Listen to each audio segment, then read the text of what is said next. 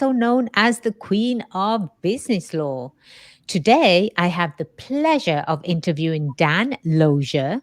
Dan is the Director of Sales and Marketing for a company called Primary Funding Corporation. It is a factoring business. And this is where Dan has has actually successfully funded over 100 small businesses. Wow, that's pretty impressive. The title of today's episode is going to be Helping Small Businesses Grow. And I know everyone that's listening to this, you're just sitting or driving and you're excited to listen to Dan because who doesn't need help growing their small business? Welcome to the show, Dan. Thanks so much, Kelly. I'm excited to be on. Excellent. We're excited to have you on. Do you have a attorney joke or a quote to share with us? I have both. You'll have to forgive me. My attorney jokes aren't the best. They never are they? But I'll try one. Here you go. So how many lawyer jokes are in existence? I know the answer to that, but I'm not going to answer it. How many, Dan? There are only 3. All the rest are true stories. That one never gets old. Exactly. And would you like to share a quote as well? Yeah, actually, it's a quote that like resonated back in high school when I was playing sports, and certainly remains true for me now to this day. But it's one that I repeat a lot. It's hard work outperforms talent every time. That's perfect. That's perfect. Talking about talent, did you know that Michael Jordan, when he was in high school, he was rejected from the high school basketball team? Did you know that? I did. Yeah. And he thought it was because of his height. He hadn't grown or he was overgrown. I'm not quite sure, but they said it had something to do with his height. And that didn't dissuade him. He continued to practice and practice and practice. And he actually found out it was because he was a sophomore. That's why he got rejected. Yeah. And I mean, thank God that he, had the perseverance and just will and work ethic to continue to pursue basketball. Could you imagine, life without Michael Jordan? I mean, that would be insane to think about. Exactly. Yeah. And when you ask him or people that have asked Michael Jordan, what has been the the definition of success, right? How have you achieved success? And he defines success as he failed multiple times, and that's why he's successful today. Isn't that pretty incredible? I mean, it's embarrassing for me to say, but growing up, I guess it's just a representation of maybe how sheltered I was. But in high school, I never really understood what hard work meant until I was like, in my early to mid 20s, and then you start, obviously through just the development and access through technology and just inside people's lives, like Michael Jordan or Kobe Bryant. And you hear, them talk about their work ethic and the schedule that they kept to. It was eye-opening and shocking to me. Again, it's a little embarrassing to say, but it's like I remember Kobe was talking about, how his schedule was and how he thought about it is if he started at 4 a.m. and then, we'd get a training session in at 4, he would go, have breakfast and then do everything with his kids and then be back out at like 8 or 9 or something.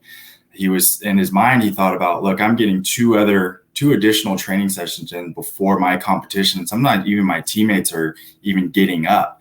He said, over the short period, that doesn't sound like a lot, but years into it, there's no way that anybody can ever catch up to me if I'm sticking to that schedule.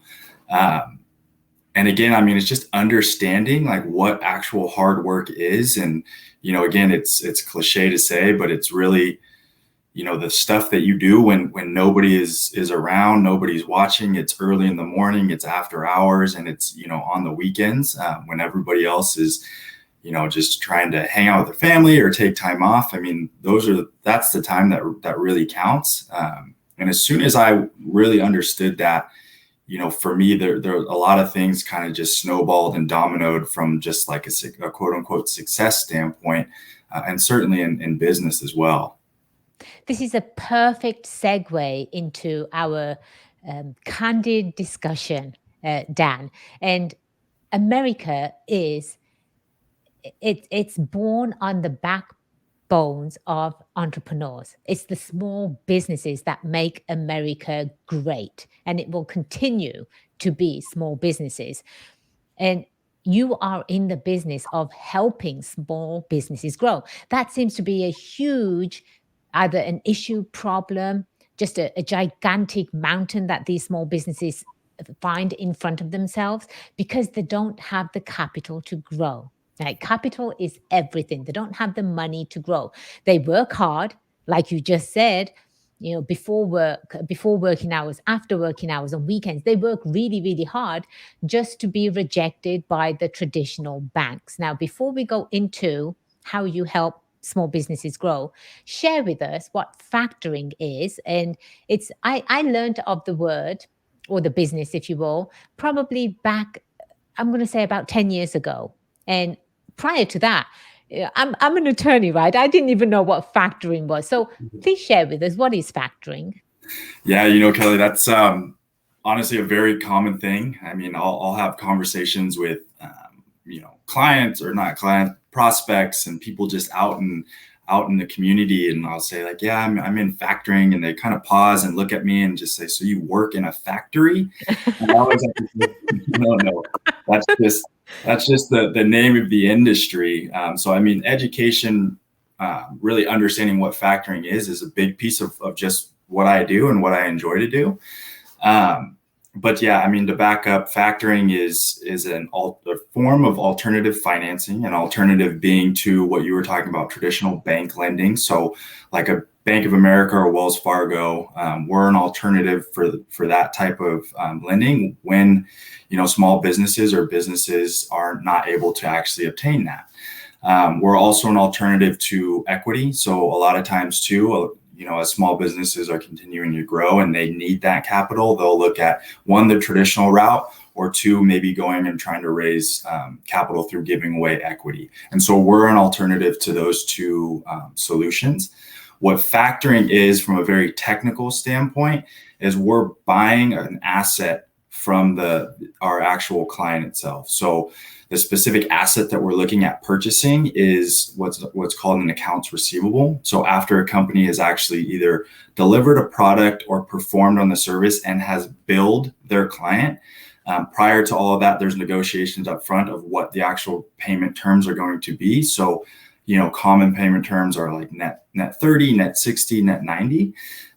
Which means that once the product, if we take a manufacturing company as an example, but once the manufacturing company, the small business, has made the product and delivered it to their customers, they're agreeing and saying, hey, Mr. Customer, I will allow you 30 days if it's on net 30 terms to pay me for that work or for those products.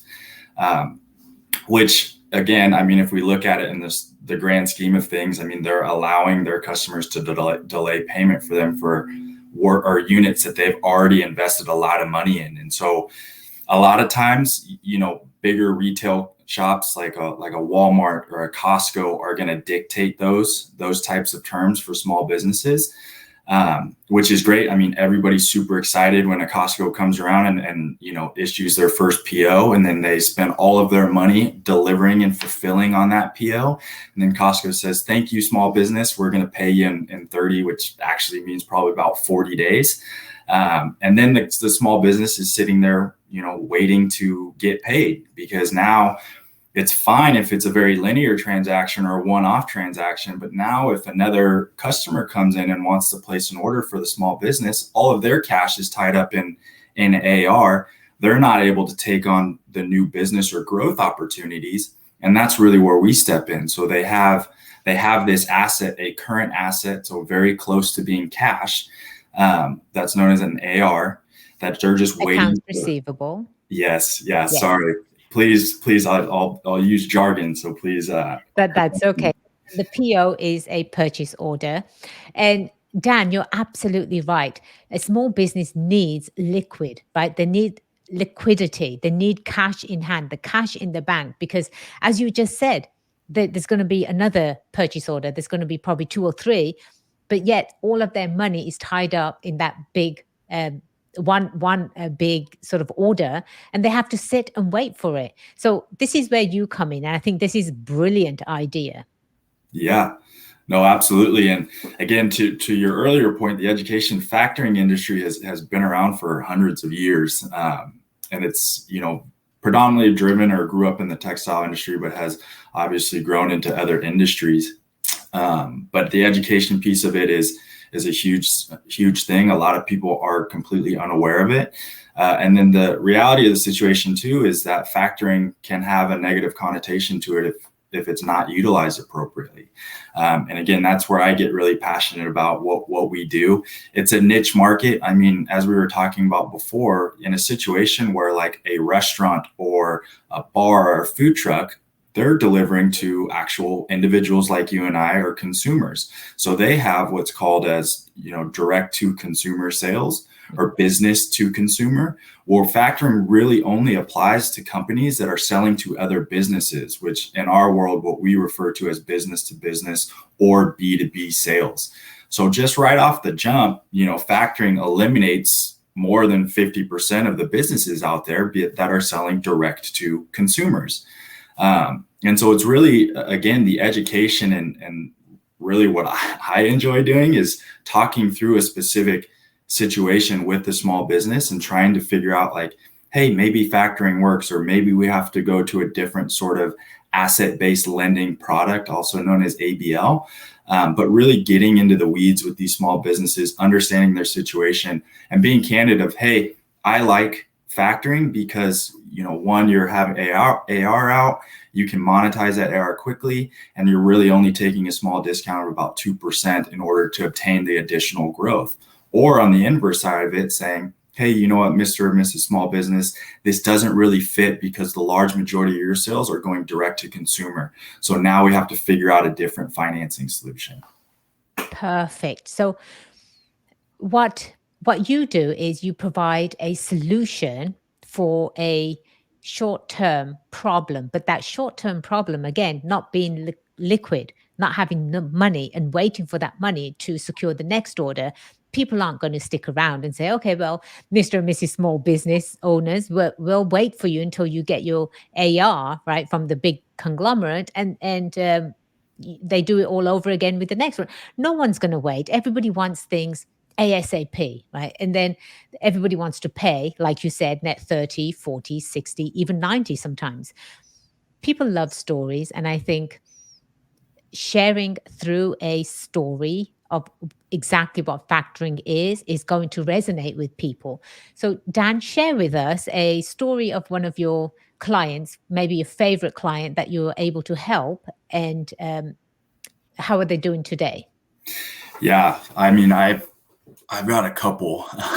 So, a very easy one to understand is we have been working with a temporary staffing company. So if you look at just their industry, they bring on employees and then place them at whatever industry that they're wanting to service. In this specific scenario, the company was looking at placing their employees within the technology space.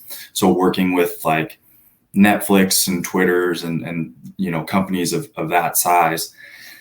It was a small company and started really seeing some growth. They wanted to get out on their own. So the actual operating, quote unquote, operating history of the business was less than 6 months. So, in that situation, a traditional bank is probably not going to be able to help. I was just going to say, a bank isn't even going to say hello to you until you have an X amount of money generated. And then on top of that, you have to be in business for X amount of time too. So I'm so glad you touched upon that. Yeah, absolutely. We can definitely get into the parameters of traditional bank lending, because I mean that's part of the education as well. But for this client, I mean they had the industry experience. They broke out on their own, started their new business.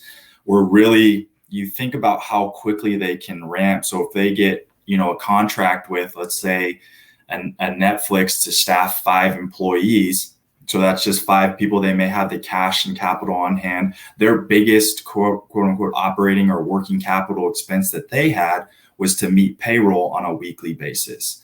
So they had enough capital to really start. But as they started getting more and more contracts and additional contracts and needing to staff more and more people, well, their payroll started to increase, right? And so now they're forecasting and saying, hey, we had enough money to service this one contract, because of Netflix's repayment terms of whatever it was, net 15, net 30, we still have to pay these other employees, the new employees that we're staffing on a weekly basis. So how are we going to do that?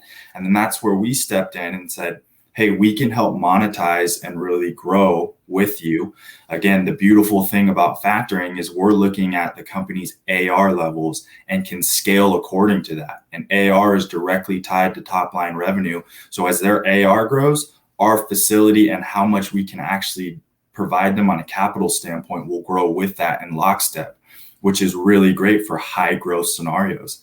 So in this situation, they were experiencing, they're good operators. They had the industry experience, had the connections. They knew that they were going to grow, and they started to grow.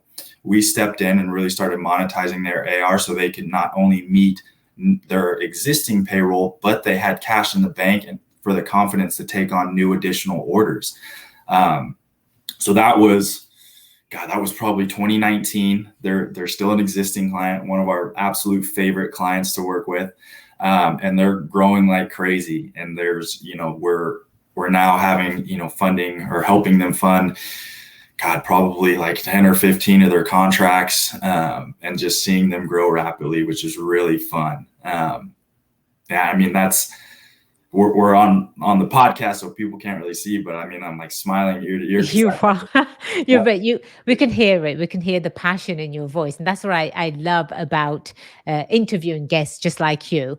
So would you say it's fair to say, Dan, that the asset that you bring in, that factoring can bring in, is it more of a temporary loan or a loan that can grow with the business? So it's probably more appropriate to tie it, or I guess compare it to a line of credit. Okay. And again, bear with me as I try to walk through this. So if we think about where at the point in time that we're stepping in and monetizing AR, so a company has done what they need to do. In this case, again, the temporary staffing company has placed their employees, they're billing for their hours. And now we're saying like, hey, we're going to help you with that cash upfront today. So we're funding our clients. And then really what pays down the line is their customers sending that payment 30 days later. So as Netflix pays, that creates availability and access for them to actually redraw on that. So it operates more in a manner of a line of credit, and it's tied to the company's operating cycle, if that makes sense. Absolutely. Like I said, it's a brilliant concept. And Primary Funding Corporation, it's a family-owned business, isn't it? And it's been around for what, 25 plus years? Yeah, it's I know. I'm super excited that you brought it up. That's one of the things that attracted, me and the rest of our employees, and certainly something that we're all really proud of. We're a small business in and of ourselves. So, not only are we talking to small businesses and trying to learn about their situations and helping them grow, but we've gone through a lot of them and are continuing to experience a lot of the challenges that small businesses face on a day-to-day too. So it's easy for us to really acknowledge and understand and sympathize and empathize with our clients. And I think it brings just a different level of a relationship because we're a small business helping small businesses. But yeah, to your point, we've been around for 26 years. Actually, the founder of our company is a woman by the name of Patricia Burns. She really started within the industry. Who I think worked her way through in a different organization. She was ready to break out on her own. Had a really good mentor, I think, at the time. She ended up splitting with them on very friendly terms and starting Primary Funding. And honestly, she was a woman in a male-dominated industry that just through grit and tenacity and intelligence and perseverance, like we were talking about before, the hard work, the things that Yeah. Yeah. nobody sees. I mean, she did, and she grew this business like crazy, which is so cool. And unfortunately, in the end of 2013 or 2012, I may be getting those years confused. She actually suffered a massive stroke, and so her son-in-law, who was working at California Bank and Trust at the time, he ended up coming over and just really trying to assess the situation while Pat was recovering and trying to figure out if she was ever going to be able to, come back into a full working capacity. I think it was, close to a year later, the doctors and I think Pat made the determination that like, hey, I'm just never going to really be able to come back and work in the capacity that I am. Luckily Jason had obviously the financial skill set, understanding of kind of what factoring was, and certainly had, the network and connection in San Diego. So he was able to take over the business. And, shortly after him, I joined, and I always say I was young and dumb at the time. So I joined, I didn't even know what, again, to your point, I didn't know what factoring was. I didn't know what AR was. I grew up in this industry. And then, 9-10 years later, here we are. So it's such a cool story for anybody that's willing to listen. And I mean, you think about just what Patricia Burns, our founder, was able to do in this industry. And it's amazing. I mean, I get kind of emotional about it just because it's really cool. And but she was definitely a pioneer in this space, and we're just hoping that we can continue her legacy. Dan, I was going to say Patricia needs to be commended. Every factoring company that I have come across, and it's probably maybe about 6 or 7 of them, since I found out what factoring was 10 years ago, they're all male dominated, all of them. As a female business owner, I too, I'm an attorney, but what sets me apart is I am a small business owner as well. I have started and I own a couple of businesses. And so I can be at the same starting level with my clients that are trying to start a business, that they want to either start or grow a business, or they want to, eventually retire and sell the business. I can I see it from their perspective. I am a business owner, just like you said. So is Primary Funding Corporation. That's what really sets you apart. And I absolutely love that. And that you mentioned that, because when it comes to money, uh, it's always been a touchy subject with people. Doesn't matter who they are. In fact, I think money, budgeting, financing, all of this should be taught in high school. I don't know why the high school students are not being taught the value of a dollar, right? Or how do you budget? If you're given your weekly allowance, what are you going to do with that? How do you save? Could you imagine if you started saving when you were 13, 14, 15 years old? You'd be a millionaire by now. But nobody taught me that, right? And I'm sure nobody taught you either. So I think that's a huge, massive gap in our education system. And I think, Dan, and I'm creating more work for you. Is that Harley? It is. I'm sorry. No, Yeah. please don't apologize. You, I instantly liked you. I hadn't even met you yet, but I read your bio on Primary Funding Corporation, and I saw that you have a 2-year-old Rottweiler. Yeah. I love dogs. I'm a dog person. I'd rather hang out with dogs than people, Dan. That's fair. He's just saying hello, right? Yes, she is. Yeah, she was 2 years old at that time. She's now, I think, like 5. But yeah, she's our baby. Yeah. Oh, fantastic. Yep. Uh, I always have mine in my office as well. They come and go as they please, and I call them my four-footed associates. I like that.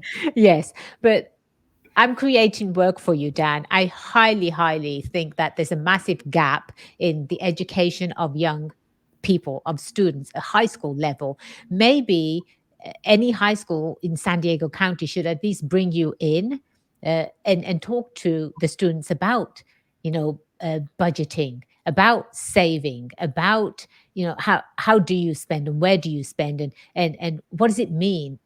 Sort of what is money going to mean as they continue to grow, and they have dreams as well.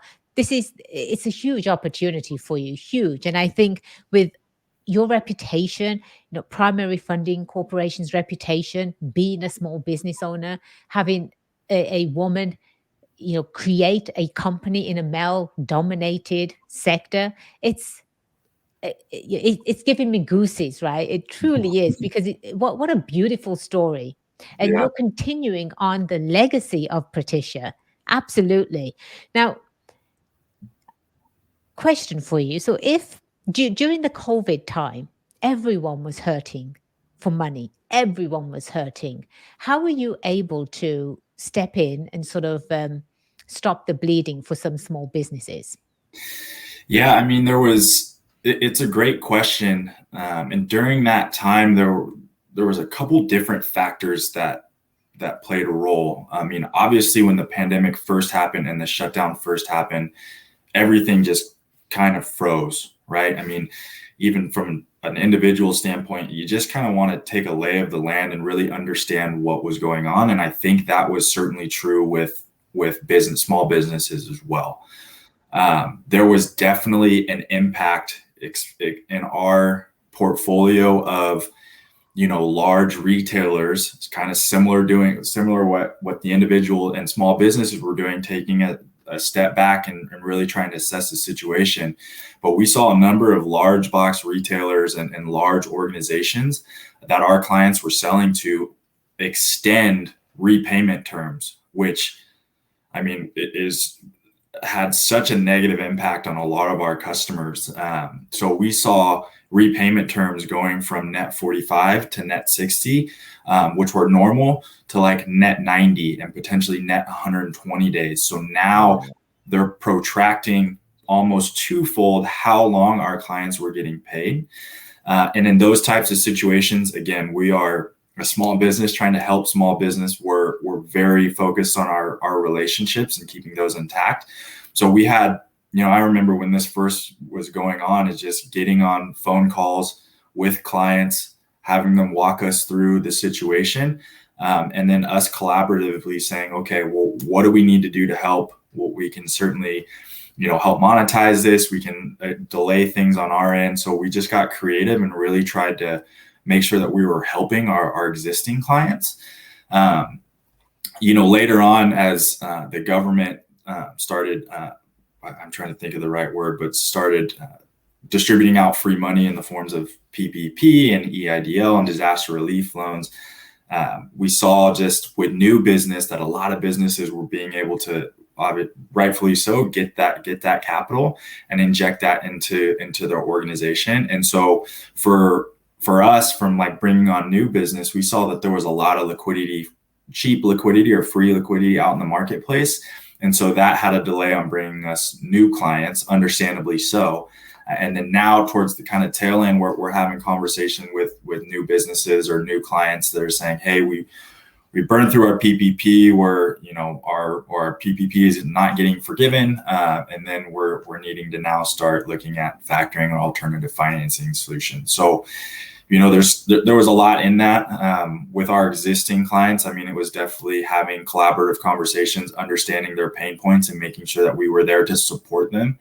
With new businesses as well, I mean, I had conversations with people, and it's one that sticks out in particular.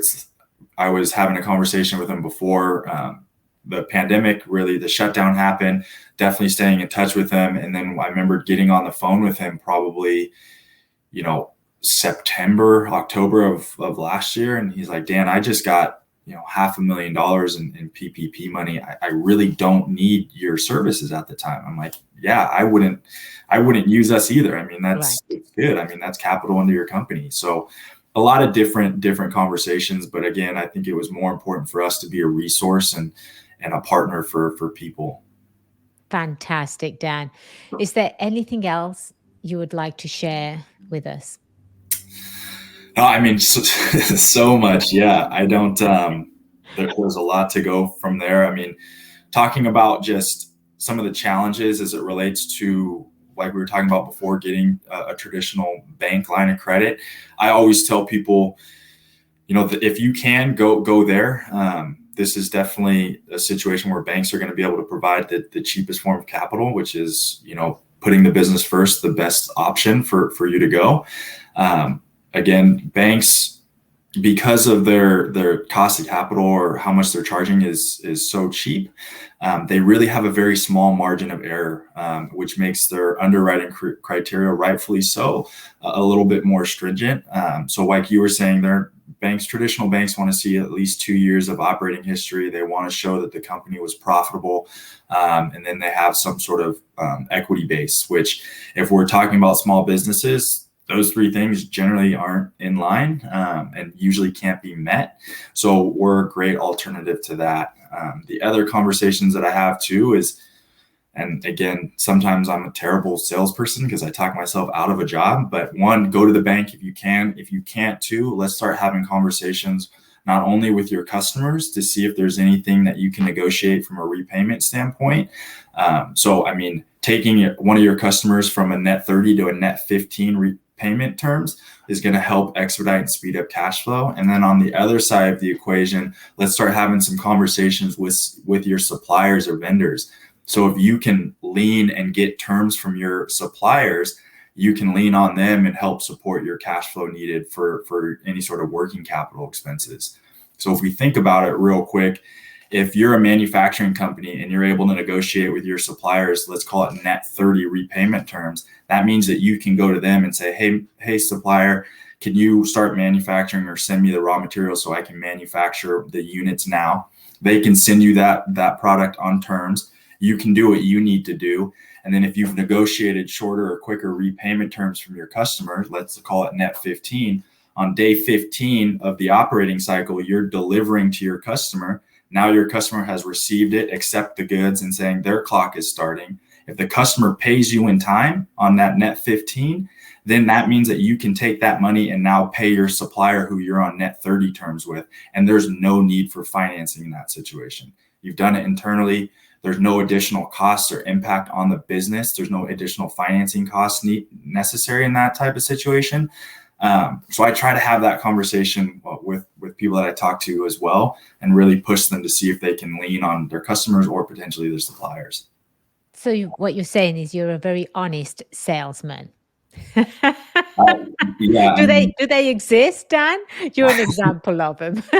yeah, I mean, it's just one of our core values in our business is treating people the way that you want to be treated. And Yes. again, we don't look at it as a sales. We look at it like we have a solution. It may or may not fit. If I were in your shoes, I would want somebody to talk to me like a human being, understand where I'm coming from, and then really talking through all of the different options available. And there may be 4 options available to people, factoring maybe one of them, or they may not be. Or depending on the situation, you have 1 or 2 options. And let's just talk about it and have a conversation and figure out what's the best thing for the organization and your company. That's fantastic. Dan, this was so insightful. Thank you so much for shedding light on options for small business owners. And your information will be part of our show notes, but how can our listeners get a hold of you? Yeah, I mean, they can feel free. I mean, anybody, honestly, like, again, you can't tell, but I love what I do and just passionate and having I would conversations. never have guessed. So please, if you have any questions, feel free to reach out. You can give me a call at the office, which is 858-530-1500.